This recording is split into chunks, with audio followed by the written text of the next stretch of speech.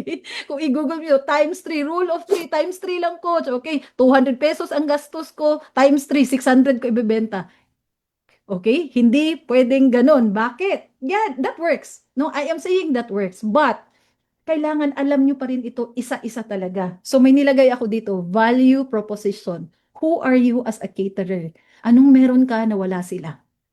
Baka naman, ikaw ay may magandang kagamitan na hindi kagaya sa kagamitan ng iba.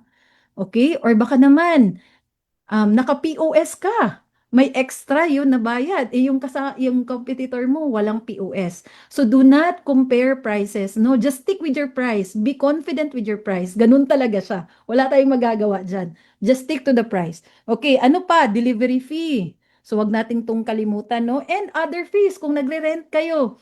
So this one, mga anak, no? Stay at the end dahil ibibigay ko to. Okay? Bibigay ko to, itong notebook na to. Mahal to pag pag nag-enroll kayo sa KU, this is 3,500. Dahil kasama na ito sa lahat halos ng classes na meron kami.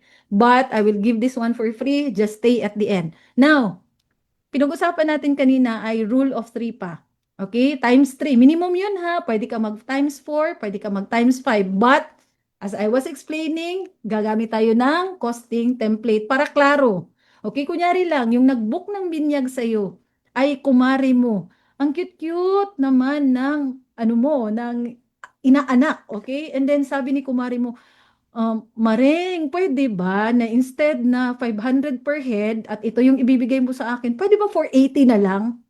How can you say yes to 480 kung hindi mo alam kung magkano ang income mo doon sa per pax na yon? So dito sa costing template natin na hindi lang times 3, times 4, malalaman mo ngayon, pwede ang 480. Hindi ako lugi. Okay, klaro? Are you ready for the next tip? Okay?